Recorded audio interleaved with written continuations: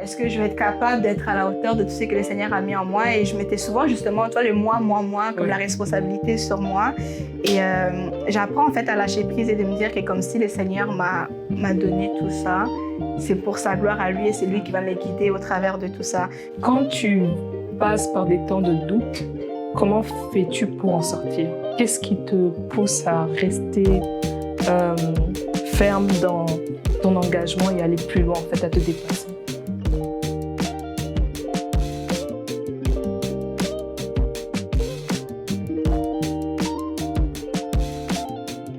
Salut! Bienvenue! On est tellement contente d'être là déjà devant vous. Déjà, je sens que vous vous demandez comme qu'est-ce qu'elles font là? Vraiment? Parce que pour ceux qui nous suivent depuis longtemps, donc c'est vraiment c'est un nouveau format, un tout nouveau format qu'on s'est dit qu'on allait essayer. Donc déjà, je me présente. Pour ceux qui ne nous connaissent pas, moi c'est Béni. Et pour ceux qui ne me connaissent pas, c'est Alexandra. On est vraiment super heureuse d'être là aujourd'hui. Et donc, je vous explique un peu le concept. Donc, on a décidé, pour ceux qui suivent la chaîne Knowing My Identity sur Instagram, on a décidé de lancer un tout nouveau format. Donc, bienvenue au premier épisode du podcast. Donc, le podcast s'appelle Ma Voix, Mon Histoire. Et vraiment, comme le nom le dit, le but, c'est vraiment d'inviter plusieurs personnes, autant des hommes que des femmes, qui vont venir nous parler. Exactement, donner la parole, qui vont venir nous parler, en fait, de leurs différents parcours, comment est-ce que tout au long de leur vie, tout au long de leurs épreuves aussi, le Seigneur est venu façonner leur identité, comment est-ce qu'ils ont grandi également avec Dieu et aussi au travers de l'identité, les défis qu'ils ont vécus, en espérant que cela puisse encourager quelqu'un. Peut-être aussi vous allez vous retrouver aussi dans les témoignages de certaines personnes, mais restez à l'affût, comme je vous ai dit, suivez-nous sur nos différentes pages, sur Instagram, sur Knowing My Identity et aussi sur notre chaîne YouTube. Donc, abonnez-vous. Likez aussi. Donc, ça va vraiment, vous allez rester en fait à l'affût de tout ce qui s'en vient. Et on vous réserve aussi des surprises au niveau des quelques invités.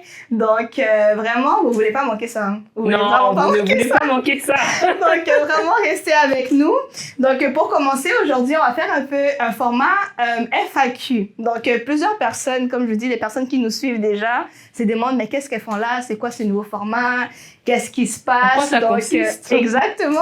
Donc, on a vraiment répertorié plusieurs questions afin de justement présenter la nouvelle vision aussi de la page, parler aussi de notre parcours aussi. Depuis que la page a été créée, ça fait 5 ans, guys! 5 ans! 5 ans que la page existe depuis 2020. Il s'est passé vraiment beaucoup de choses. On est passé à travers beaucoup de saisons, beaucoup de transitions. Donc, on va vraiment venir vraiment vous mettre à jour par rapport à tout ce qui s'est passé. Donc, si je peux laisser la parole à Alexandra, donc pour la première question, donc qu'est-ce qui nous a poussé à lancer le blog Knowing My Identity? Oui, le blog a pris naissance par mon billet. J'ai reçu personnellement une parole de Dieu, une parole qui m'invitait en fait à lancer un blog. Et quand j'ai reçu cette parole, j'ai pris peur parce que je venais de recevoir en fait une parole qui allait me faire sortir de ma zone de confort. Il faut savoir que d'origine, moi je suis une personne assez introvertie et quand T'es pas la seule? Vraiment, voilà. Et je pense même pas qu'on est les seuls aussi. Oh, ouais. Il y a aussi d'autres personnes qui vivent aussi les mêmes situations, qui ont vécu les mêmes situations aussi que nous. Et quand j'ai reçu cette parole de Dieu, je me suis lancée par acte de foi. Et quand je me suis lancée, j'ai rencontré les défis liés aux réseaux sociaux. Et je me suis dit, mais c'est impossible pour moi de gérer un blog seul, en fait. Il faut vraiment que je gère ce blog accompagné d'autres personnes qui connaissent le fonctionnement des réseaux sociaux. Voilà pour la première question. Non, mais c'est vraiment bien parce que je me rappelle aussi quand tu m'en as parlé, Oui. aussi pour la première fois, j'étais aussi un peu intimidée. J'étais comme, oh my God, moi aussi, je suis vraiment quelqu'un d'introverti. J'aime être dans ma bulle, je suis pas trop non plus. J'aime pas trop me mettre en avant et tout. Donc, pour moi, c'était vraiment sortir de ma zone de confort. Mais c'était un beau projet. Comme je dis, restez encore là, hein, parce que c'est depuis 2020, en fait, que le projet a pris jour. Et je pense aussi, Alexandra, tu avais reçu cette vision-là depuis bien avant 2020 aussi, non? Oui. J'ai reçu cette vision depuis 2018. Cette date correspond à mon arrivée sur Montréal. Parce qu'il faut savoir que moi, je viens de France, je suis une Française à l'origine et j'ai migré au Canada. Et pendant ma première année au Canada, j'ai reçu une parole de Dieu parce que je me cherchais. Je me cherchais dans mon identité. Et je suis consciente, en fait, en collaborant, enfin, en échangeant avec d'autres personnes, avec des amis, des membres aussi de la famille, des frères et sœurs en Christ de l'Église, j'ai réalisé que je n'étais pas seule dans cette quête d'identité. Et j'ai voulu tout simplement, en fait, créer un blog qui permettrait de pouvoir encourager d'autres personnes qui vivent aussi des défis identitaires. Voilà. En tout cas, pour ne pas être seule, vraiment, maman, tu n'es pas seule. Donc, la deuxième question, donc, quels étaient nos objectifs au moment de sa création? C'est vrai que tu es un peu partagé de comment est-ce que le blog a été créé et tout. Donc, c'est quoi, en fait, c'est quoi les objectifs, surtout que tu avais en tête, que tu m'as partagé après par la suite? Et comment est-ce que ces objectifs-là, selon toi aussi, ont changé depuis que le blog a été créé? Mais il faut savoir que à l'époque, les réels, les vidéos sur les réseaux sociaux ne fonctionnaient pas très bien. Je pense que la majorité des personnes... C'était pas encore très popularisé. C'était pas encore très popularisé, exactement. La majorité des personnes utilisaient principalement des images. Donc, à cette époque, je publiais davantage de textes et d'images. Donc, mon objectif était plutôt d'atteindre les personnes par des récits, des encouragements, des textes poétiques. Donc, c'était vraiment ça mon objectif. C'était vraiment de miser sur l'écrit et la création des images pour atteindre les personnes. Ouais, donc, je dirais vraiment, comme, juste pour te rejoindre par rapport à ton point, c'est vrai qu'au début, on faisait souvent des publications par image, beaucoup d'écrits aussi. Et je pense que c'est ça qui m'avait frappé aussi par rapport à ces projets-là, c'est à quel point tu écrivais bien. Oui. Parce que j'aime beaucoup la manière dont tu écris, ta plume aussi. Je trouve que la manière dont des fois tu parles, c'est un peu de la manière que tu écris aussi. Et, ça montre l'authenticité. Vraiment. Et moi, je suis le genre de personne qui, quand je lis, je mets une voix derrière les écritures. Donc, des fois c'est ça, j'entends ta voix quand tu écris et je trouve que la manière dont tu écris aussi, ça transparaît vraiment ton cœur. Oui. Et là, c'est vrai que tout ce qui est vraiment plus contenu, vraiment par écrit, ça fonctionne un peu moins sur les réseaux. Donc, on essaye un peu plus de vous proposer justement d'autres types de formats, d'où justement le podcast d'aujourd'hui et des autres qui vont suivre après. Mais sinon, c'est quand même fou de voir l'évolution et par ce à quoi le blog a passé. Parlons d'évolution. Donc, la troisième question, en fait, qui a été posée, c'est quels défis avons-nous rencontrés donc, au cours de notre route depuis la création de ce blog? Donc, autant de défis techniques, autant de défis également spirituels et personnels aussi. Par rapport aux défis techniques, bon, je j'utiliserai peut-être pas le terme technique, mais comme nous venons de le partager, on misait beaucoup sur le texte et les images. Mais au fur et à mesure du temps, la majorité des créateurs de contenu ont commencé en fait à publier des contenus plus type vidéo réel. Et malheureusement, je ne suis pas très bonne dans la création de contenu vidéo. Donc ça a été un enjeu pour moi. Parce que je continuais de publier des textes et des images, mais ça ne fonctionnait pas en fait. Ça n'attirait pas le public parce que ce n'était pas la tendance en fait. Ce n'était pas la tendance du moment. Donc ça, c'est le premier défi que j'ai eu à vivre. Maintenant, le deuxième défi, c'est d'ordre personnel. Depuis 2022, avant même 2022, je me suis fiancée. Donc oui, Dieu m'a amenée au Canada pour étudier, mais on sait que les voies de Dieu vraiment sont très larges et que Dieu, quand il bénit, vraiment, c'est double bénédiction. Amen. Et je rajouterai même triple bénédiction, vous allez comprendre pourquoi. Mais je me suis fiancée entre-temps. Ensuite, je me suis mariée et après mon mariage, mon mari et moi, nous sommes devenus propriétaires de notre propre maison. Et ensuite, l'enfant est arrivé. Donc, il y a eu quand même beaucoup de transitions dans ma vie personnelle et ces transitions font que tu as moins de temps pour investir sur les réseaux sociaux. Et je pense que les créateurs de contenu vont se reconnaître et pourront attester que quand tu veux gérer un blog, un compte, que ce soit sur Instagram, sur YouTube, il te faut du temps. Il te faut du temps. Et je manquais de ce temps-là. Donc, pendant, je pense, une longue période, je n'étais pas en mesure de pouvoir donner le temps qu'il faut pour la gestion de ce blog. Donc, le blog, je pense que pendant plusieurs mois, n'a pas été entretenu, n'a pas été nourri. On publiait de temps en temps, peut-être une fois tous les un mois, non? Mais voilà, je pense que c'était aussi ton cas, toi. Ouais, non, c'était un défi aussi pour moi. Mais je dirais au début, moi, j'ai toujours été quelqu'un qui était très créative. Donc, j'aimais tout ce qui était création de contenu et moi, je prenais vraiment plaisir au début, vraiment à créer du contenu, à faire des nouveaux designs. Aussi, j'apprenais aussi, je me formais aussi sur le tas. Et je dirais vraiment les défis que j'ai eu à rencontrer, c'est vraiment au niveau... Tu sais, j'étais encore aux études à ce moment-là, j'étais à l'université. C'est vrai. Il y avait des moments à l'école que c'était pas tout le temps facile. Elle fréquentait l'université polytechnique. Ouais, donc, en tout cas, pour ceux qui connaissent, la polytechnique, des fois, ça prend beaucoup de temps et c'est très challengeant, c'est très, très prenant. Ce qui fait que j'essayais, en fait, de m'ajuster avec le temps que j'avais, très peu de temps.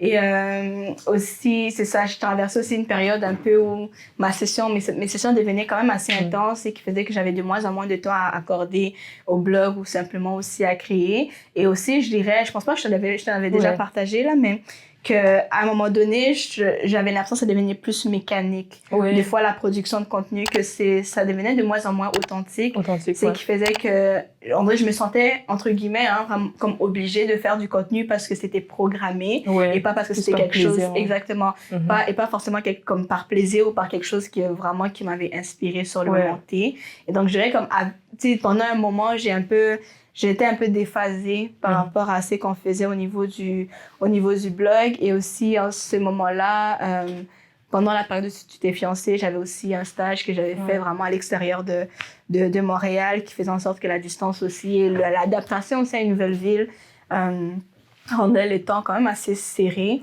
de ce côté-là. Mais sinon, je trouve que j'ai appris à grandir aussi, mais pas avec le blog, parce que le fait aussi de voir évoluer les réseaux aussi de manière générale, je pense que ça pousse aussi à réfléchir sur qu'est-ce qu'on peut faire. Parce que je trouve que la vision du blog aussi est tellement belle. Je trouve que comme les défis identitaires, tout le monde finit comme raconte ce genre de défis-là à un moment donné dans leur vie.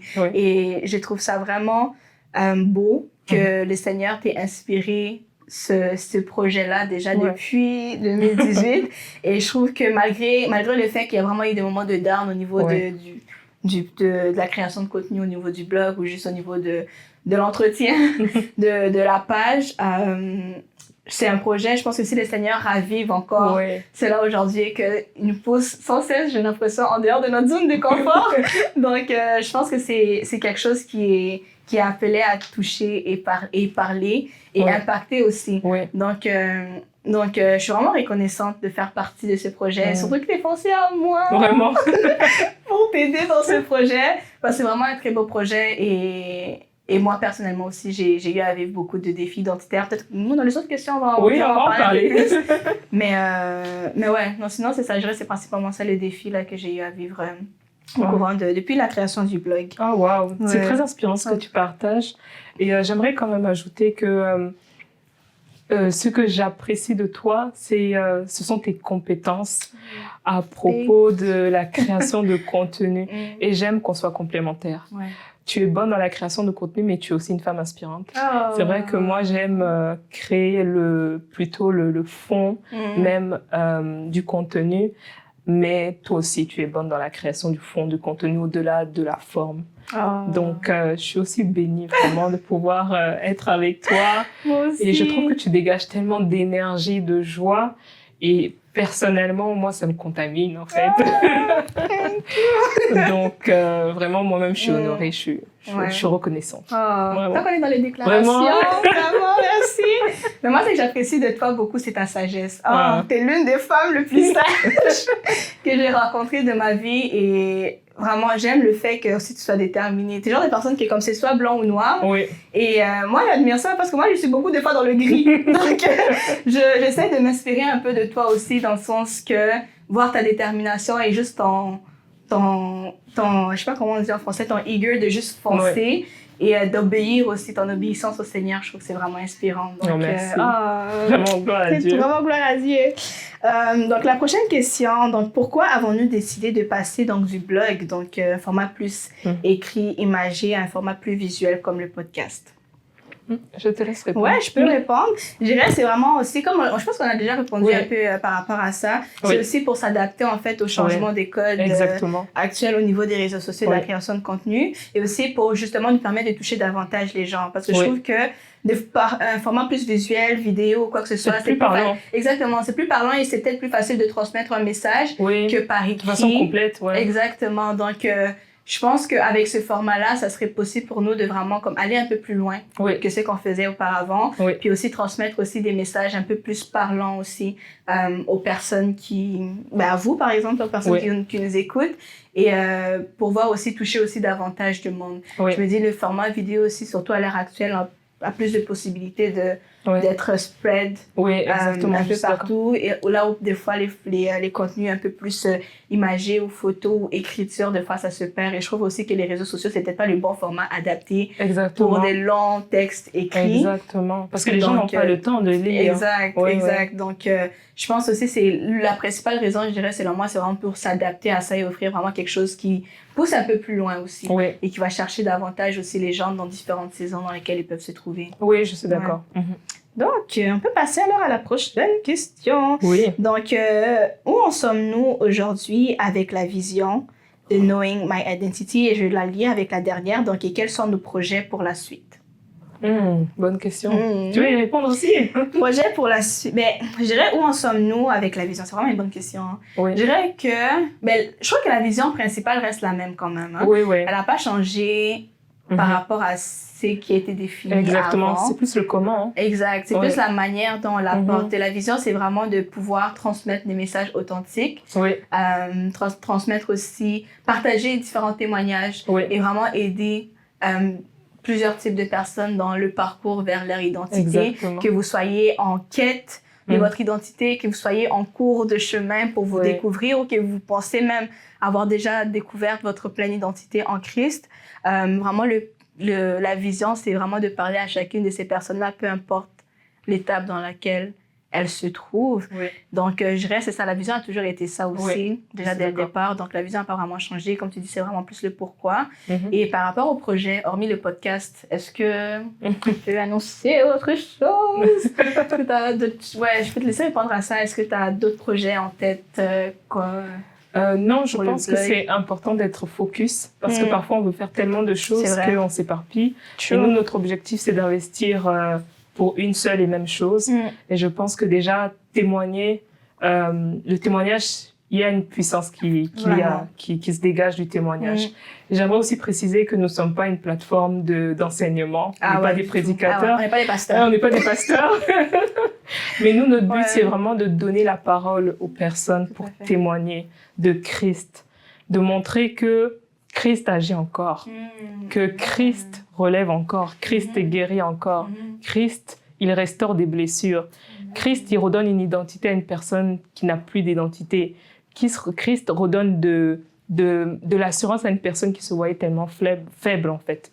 Donc, je pense que c'est vraiment le message de l'Évangile à travers des témoignages vivants.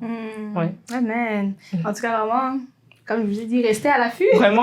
Parce qu'il y a vraiment beaucoup de choses qui s'en viennent, et pour vraiment rebondir par rapport à ça, oui, je suis vraiment très d'accord que vraiment focus sur une chose, c'est mieux que d'essayer de se lancer dans plusieurs choses. Et vraiment, notre objectif dans cette saison, surtout pour le podcast, c'est vraiment de présenter vraiment différents profils et vraiment démontrer la puissance qui agit au travers de chacun d'entre nous. Parce que des fois, j'ai l'impression qu'on peut évoluer au travers dans la vie, au travers du quotidien, sans forcément se rendre compte de la main que Christ a sur nous. Exactement. Et des fois, quand tu t'arrêtes et juste, tu prends le temps de témoigner, comme tu as dit, ou juste le temps une introspection. Exactement, c'est ça. Où est-ce que Dieu t'a tiré et où est-ce que tu es présentement, même si tu n'es pas exactement là où tu voulais être, ça n'empêche pas qu'il y a une évolution et que le Seigneur a quand même agi énormément tout au long de ton parcours jusqu'à présent. Et donc, c'est vraiment notre objectif, là, c'est vraiment de présenter les personnes à différents niveaux de leur parcours et montrer que chaque parcours est beau, chaque parcours est différent, et aussi que... Chaque témoignage mérite d'être entendu. Exactement,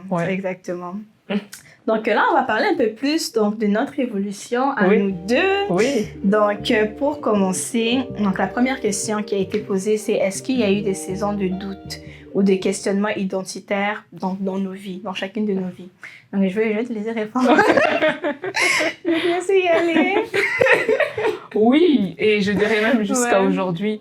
Je pense qu'avec Christ, on évolue tout le temps. En tout Et cas. qu'aussi longtemps qu'on sera sur Terre, l'ennemi viendra toujours nous tenter, nous mentir. Et je remarque que quand on parle d'identité, souvent, l'ennemi passe par les pensées de mensonges et aussi par des circonstances défavorables qui viennent nous faire percevoir les choses, les événements d'une façon différente. Et ça influence aussi la manière dont on peut se percevoir. Donc, moi, je dirais que oui, j'ai eu des doutes, des moments où je me suis demandé s'il fallait que je lance ce blog, sachant que moi-même, je suis toujours en construction. Mais j'ai réalisé que si on attend d'être parfait pour accomplir quelque chose, En tout cas. autant mourir déjà. Non, ce que je veux dire par là, c'est, désolé pour le mot fort, mais ce que je veux dire par là, c'est que je pense que Christ n'attend pas qu'on soit parfait, parce qu'on ne le sera jamais. Mais on l'est en lui, en fait. C'est la manière dont on se perçoit. Je pense que c'est pas de savoir est-ce que je suis parfaite pour commencer quelque chose, mais c'est de savoir quel est le plan de Dieu. Et moi, j'y vais par conviction. Je suis convaincue de ce que Dieu m'a dit. Donc, j'avance dans ça avec foi, en fait. Et maintenant, pour ma construction, je fais confiance au Seigneur pour qu'il me bâtisse, pour qu'il me construise, et pour qu'il bâtisse davantage, en fait, mon identité. Donc, je dirais que moi, j'ai évolué par rapport au blog. En 2018, à mon arrivée à Montréal, c'est sûr que je transportais certaines blessures et Dieu est passé par plusieurs situations pour me faire, pour me guérir, mais aussi pour augmenter ma confiance en moi. En 2022, lorsque j'ai lancé le blog, j'étais dans cette transition où Dieu me demandait de sortir de ma zone de confort, donc j'étais très timide. Pas timide dans mes relations, mais timide dans le lancement du projet, donc très hésitante en fait. Je me lance, mais c'est comme si j'ose pas aller plus loin. Il y a beaucoup de doutes, de questionnements. Jusqu'à aujourd'hui, jusqu'à ce lancement de ce podcast, c'est sûr que je me pose beaucoup de questions, mais je fais confiance au Seigneur et je pense que c'est pareil pour toi, Béni. Ouais. C'est comme on évolue avec le Seigneur. Et je trouve que le blog aussi, comme tu as dit, tu as parlé d'introspection. Tu sais, quand tu te lances dans un projet, c'est comme si toi-même tu deviens le messager du projet, en fait. C'est qu'on vous parle, mais avant ça, il y a comme une méditation qu'on fait personnellement. Il y a comme, on est en train de réfléchir, on prépare le projet, on établit les choses. Donc, ça te pousse quand même à t'intéresser même au domaine, au thème. Donc, moi, c'est sûr que ça m'a aidé. Ça m'a aidé dans ma construction à peut-être prier que Dieu puisse m'aider à être ce messager avant de pouvoir lancer ce projet-là. Ouais, voilà. C'est très beau ce que tu dis. Et je te rejoins beaucoup aussi dans le sens que ben moi, je dirais les doutes identitaires. Ouais. J'en ai tellement eu. Je dirais aussi au niveau du fait d'être qualifiée également. Je suis quelqu'un aussi que je dirais pas que je suis timide, mais je suis réservée. Dans le sens, c'est comme je suis pas confortable à me mettre out there. Puis le fait justement que ça nécessitait aussi une certaine vulnérabilité, puis aussi une certaine ouverture. Je dirais ça a vraiment aussi été un défi pour moi. Mais au niveau de l'identité, c'est vraiment est-ce que je suis à la hauteur? Ça m'est vraiment venu en tête beaucoup de fois. Et aussi, est-ce que même les gens vont m'écouter? c'est quelque chose qui m'est venu. Puis je me rappelle quand on était chez toi la dernière fois et que tu m'avais dit qu'il faut que je sorte. Tu m'avais dit quelque chose, une phrase dans ce sens-là. Et jusqu'à aujourd'hui, ça m'a frappée parce que ça, comme tu me connais depuis longtemps, tu l'as remarqué, j'aime pas me mettre trop en avant. Et ce qui fait que je découvre, en fait, dans cette année, depuis peu, en fait, je découvre l'étendue de tout ce que le Seigneur a mis pour moi. Et honnêtement, des fois, ça me fait peur. Parce que je suis comme, des fois, tu vois, quand tu parles, je pense à la parabole des talents. Je suis comme, est-ce que je vais être capable de valoriser tout ce que le Seigneur a mis en moi? Est-ce que je vais être capable d'être à la hauteur de tout ce que le Seigneur a mis en moi? Et je mettais souvent, justement, tu vois, le moi, comme la responsabilité sur moi. Et j'apprends, en fait, à lâcher prise et de me dire que comme si le Seigneur m'a donné tout ça, c'est pour sa gloire à lui et c'est lui qui va me guider au travers de tout ça. Mais c'est pas facile, en fait, tous les jours parce que je me retire, en fait, quand je sens que ça devient trop ou quand je sens que le Seigneur me dit, il faut que tu fasses ça. Je suis comme, non, pas maintenant, pas tout de suite. Et c'est vraiment un travail et les blogs, justement, m'entraînent à ça, à sortir de plus en plus de ma zone de confort et continuer à me découvrir dans cette identité-là, dans tout ce que le Seigneur a mis également en moi et à évoluer au travers de ça et surtout à l'accepter. Parce que je pense que je suis dans le processus d'accepter. Au début, j'acceptais pas ça. Je pense que c'est pour ça que je voulais vraiment rester plus dans ma bulle et pas avancer et pas répondre, en fait, on va dire, à l'appel. Mais là, je suis comme, OK, il faut que je commence justement à l'accepter parce que ça fait partie de la personne que je suis. Ça fait partie de la personne que le Seigneur aussi a créée. Et je pense au travers de ça aussi vient certains doutes au niveau professionnel aussi. Parce que depuis que j'ai fini l'école maintenant, puis depuis que je suis sur le marché du travail, je ressens un peu ce sentiment que je suis incomplète. Que est-ce que je fais réellement ce que je dois faire? Et aussi, je suis le genre de personne que je me lasse rapidement des fois. Quand je fais le tour de toutes les tâches d'un environnement de travail, j'arrive plus à être autant impliquée que je l'étais au début. Et ça, c'est quelque chose que, en fait, je continue toujours à me questionner par rapport à ça. Est-ce que je me demande, est-ce que c'est un problème qui est lié à moi? Est-ce que j'ai un truc que je dois travailler sur le contentement ou sur le fait d'accepter, en fait, c'est que tu reçois un certain temps ou c'est un défaut, est-ce que c'est un défaut de caractère?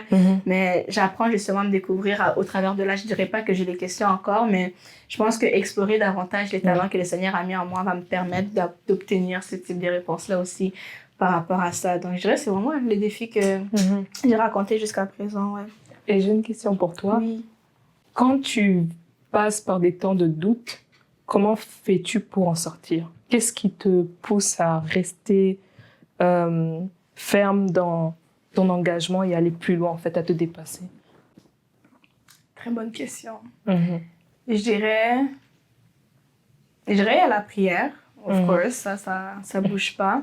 Mais je dirais ce qui m'aide beaucoup, c'est justement d'avoir des personnes qui croient en moi plus que moi, je ne crois en moi-même. Entourage de qualité. Vraiment, tu es dedans. Toi aussi, tu as l'entourage de qualité pour moi. Donc, comme je t'ai dit, le mot que tu m'as dit la dernière fois qu'on était chez toi, c'est vraiment quelque chose qui est venu me marquer. Des fois, ça m'encourage de me dire, OK, oui, si Alexandra a vu ça en moi, c'est que c'est pas anodin. Donc, des fois, il y a ta voix qui revient de comme, OK, Béni, il faut que tu sois plus out there. Mais toi, il faut que tu sortes. Faut que tu sortes. Donc, je dirais vraiment l'entourage, c'est vraiment ça qui m'aide.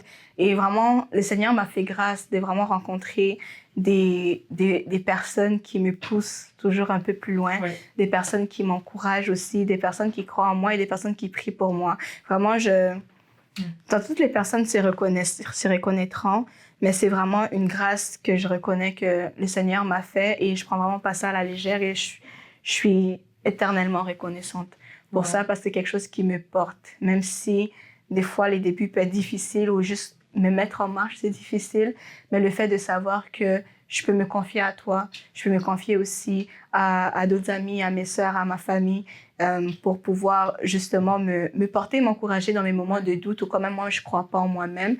Recevoir certaines paroles de sagesse aussi. Je dirais aussi c'est ça aussi qui vient faire la prière parce que après avoir prié, la personne va dire une chose que tu avais besoin d'entendre à un certain moment T. Elle va même pas s'en rendre compte.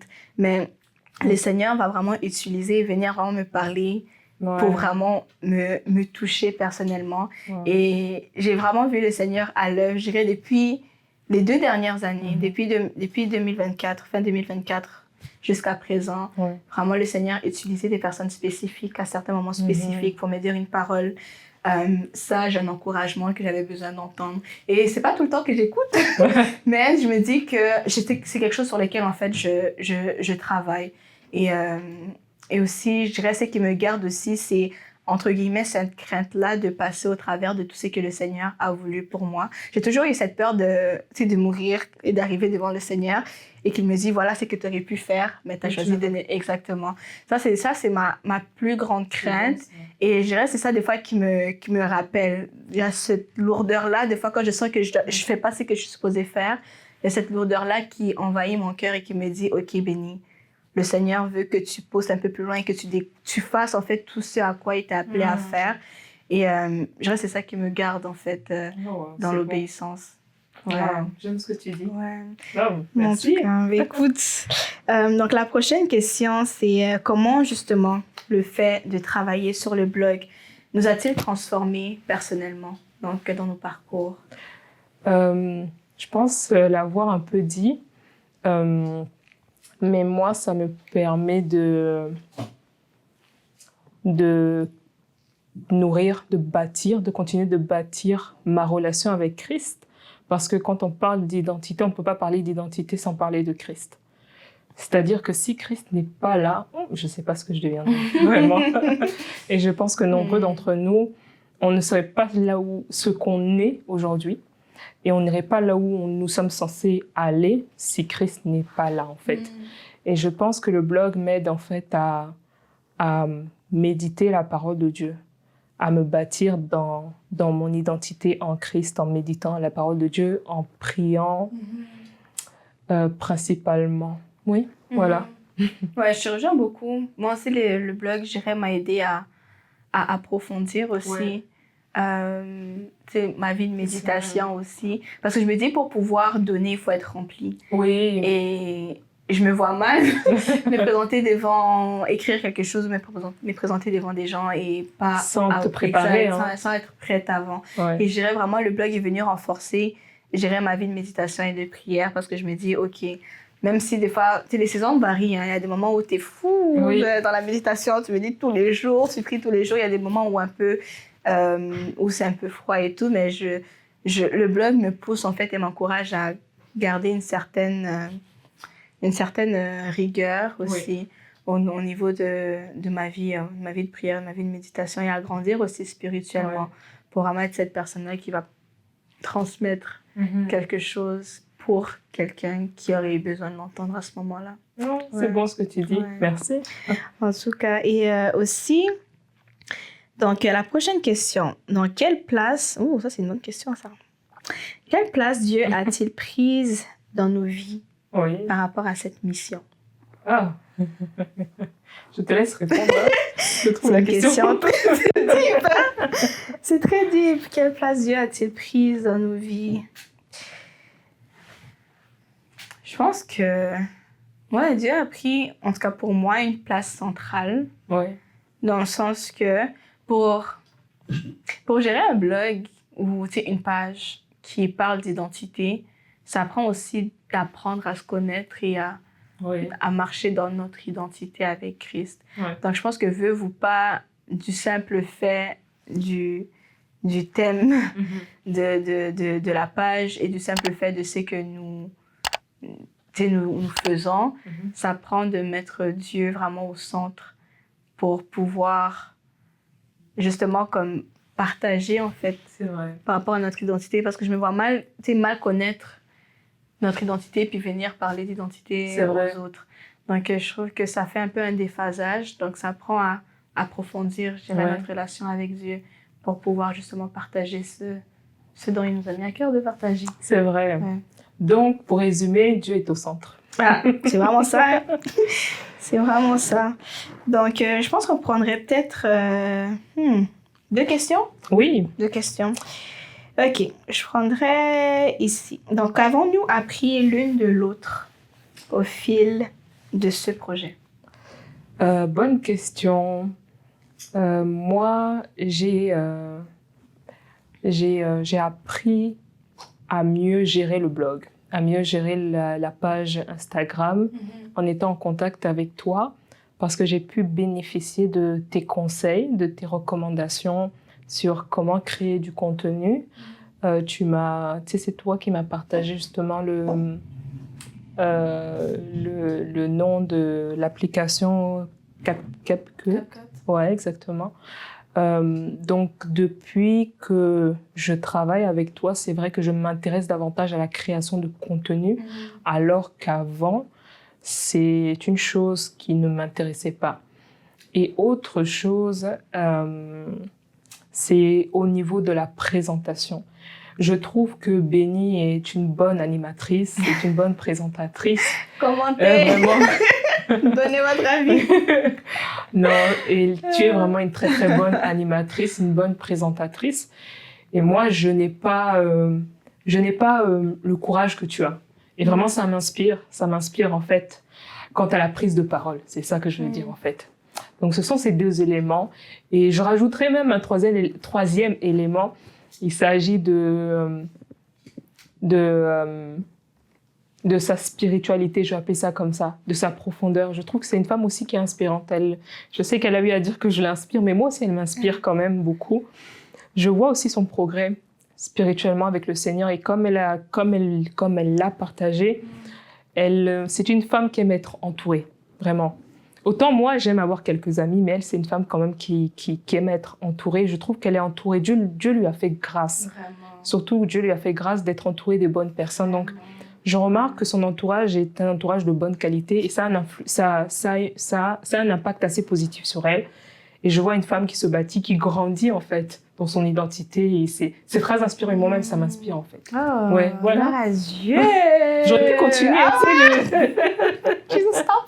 J'ai rougi. Oh, merci. Moi, je dirais vraiment, c'est quoi la question déjà? C'est que j'ai appris de toi. Moi, ce que j'aime beaucoup, c'est ta rigueur. T'es quelqu'un qui est vraiment très rigoureuse dans tout ce qu'elle fait, très minutieuse. Et moi, des fois, c'est quelque chose que je peux manquer. Des fois, j'oublie certains détails, mais le fait de t'avoir eu de travailler avec toi, j'ai appris à faire attention à certains détails. Et je trouve que c'est vraiment une qualité qui est très précieuse. Ouais. Vraiment très, très précieuse. Non seulement au niveau du blog, mais aussi pour moi personnellement, parce que tu m'apprends à être plus organisée, être un peu plus cadrée. Et j'aime aussi ta sagesse, vraiment aussi, dans la manière dont tu parles aussi. Juste ta composure, on dit en anglais, mais je sais pas comment on dit en français, mais vraiment juste t'as vraiment une prestance naturelle qui vient avec toi, de sorte à ce que quand on te parle, on se sent on se sent bien et aussi t'as une présence qui est rassurante aussi. Également. Donc oui, t'es quelqu'un qui m'apporte beaucoup, qui m'apaise aussi. Pas, donc, ça, je peux avoir une journée un peu chaotique, mais le fait de te parler, je me sentir un peu plus apaisée, un peu plus adoucie. Et vraiment, je dirais ta rigueur aussi. Tu vois des détails là où pas grand monde le voit. Et tu penses à des choses même où peu de personnes pensent. Et c'est vraiment quelque chose que j'ai appris à découvrir à force de travailler avec toi aussi dans le blog. À part le fait que t'es une femme inspirante et tout ça, une femme de feu, femme de foi, femme de prière. Mais vraiment, t'es vraiment une très, très, très, très belle personne. Merci. Contente de te compter parmi mes amis. Vraiment, merci, moi aussi. Mais non, vraiment, j'aime beaucoup travailler avec toi. Bon, question, on peut passer à la dernière question. Donc, comment est-ce qu'on gère aujourd'hui nos identités multiples? Donc, toi, femme, maman, épouse, professionnelle, servante de Dieu. Vraiment. Comment est-ce que... Plusieurs casquettes. Je t'assure. Comment est-ce que tu gères ça? Mais déjà, je trouve que c'est une très, très bonne question. Moi, je dirais la grâce de Dieu. Vraiment la grâce de Dieu parce que ce n'est pas toujours facile. Ce n'est vraiment pas toujours facile parce que quand on porte plusieurs casquettes, il faut savoir gérer les priorités. Et il faut savoir que moi, déjà, là, ma première priorité, c'est Dieu. C'est Dieu. Je ne parle pas du service mais vraiment Dieu. Dieu en priorité. Et ensuite, ma famille.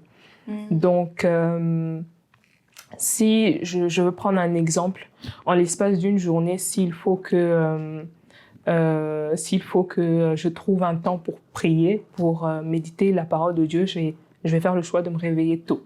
Par exemple, je vais me réveiller à 4h ou 5h du matin et je vais consacrer ma journée au Seigneur.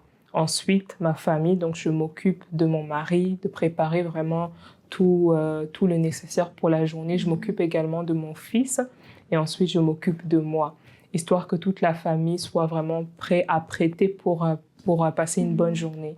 Ensuite, mes activités ou je dirais même mes relations. Généralement, en semaine, je travaille. Donc, Quand je suis au travail, je laisse mon téléphone de côté.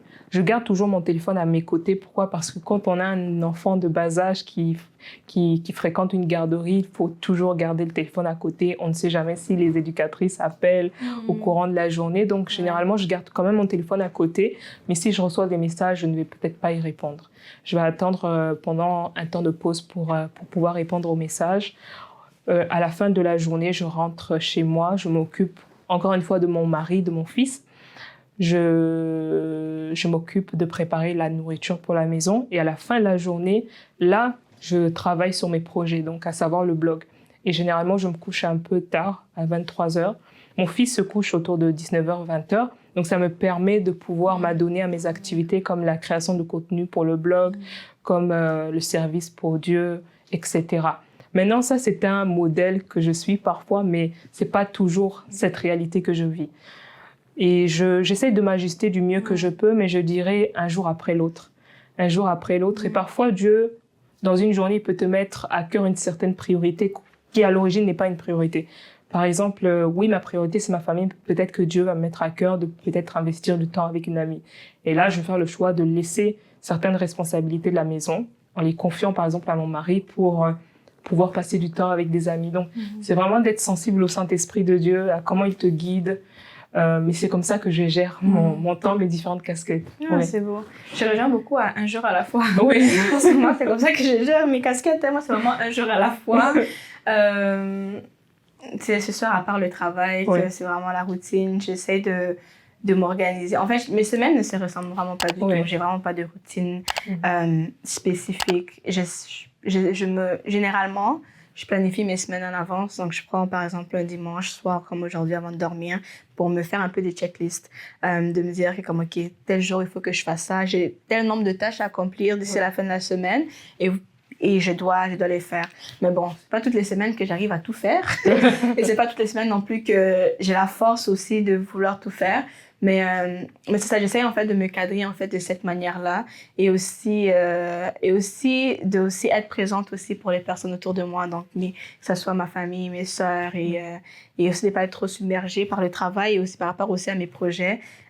J'ai quand même la chance de pas travailler forcément tous les jours du lundi au vendredi ou des fois d'avoir des journées un peu plus courtes durant la semaine, ce qui fait que durant ces moments-là, c'est ce temps-là que j'accorde en fait à mes différents projets et aussi à d'autres tâches aussi diverses que je peux faire aussi à la maison. Mais bon, après, ma réalité est quand même assez confortable dans le sens que je vis encore avec en famille. Donc, j'ai pas la responsabilité de forcément prendre soin de la maison tous les jours ou cuisiner tous les jours. Tu sais, je le fais, mais c'est moins challengeant, je pense, que comme avoir une vie de maman ou une vie d'épouse et tout. Donc, je me dis, je gère mon temps quand même. J'essaie d'être mindful de la manière dont je gère les choses et de pas non plus prendre cette flexibilité-là que j'ai au niveau de mon temps à la légère parce que je sais que bon, dans une autre saison de ma vie, je prierais pour avoir le même nombre de temps que j'ai aujourd'hui. Donc c'est ça, j'essaie de m'organiser en conséquence aussi puis de prendre soin de moi aussi également au travers de mes temps libres et de voir du monde. Comme tu as dit, j'aime beaucoup voir les gens, j'aime beaucoup sortir.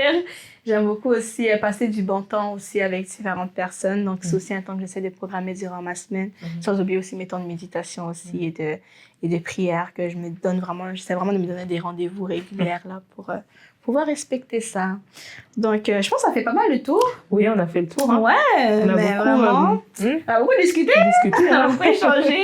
Mais en tout cas, dites-nous qu'est-ce que vous en pensez. N'hésitez pas à interagir en commentaire par rapport même au format, au thème que vous voulez aussi voir. S'il y a des thèmes qui vous viennent à cœur et tout, partagez-les nous en commentaire. N'hésitez pas de liker, de partager, de nous suivre aussi sur notre page Instagram. Donc, restez à l'affût pour les prochaines vidéos. On s'est dit qu'on allait sortir des vidéos à chaque mois, à peu près. Donc, on se voit le mois prochain pour le prochain épisode avec notre premier invité. Oui, hein. On ne révèle pas encore. En tout cas, on garde le suspense. On garde le suspense, mais vous ne serez pas déçus. Donc, merci de nous avoir suivis jusqu'à présent, jusqu'à la fin de cette vidéo.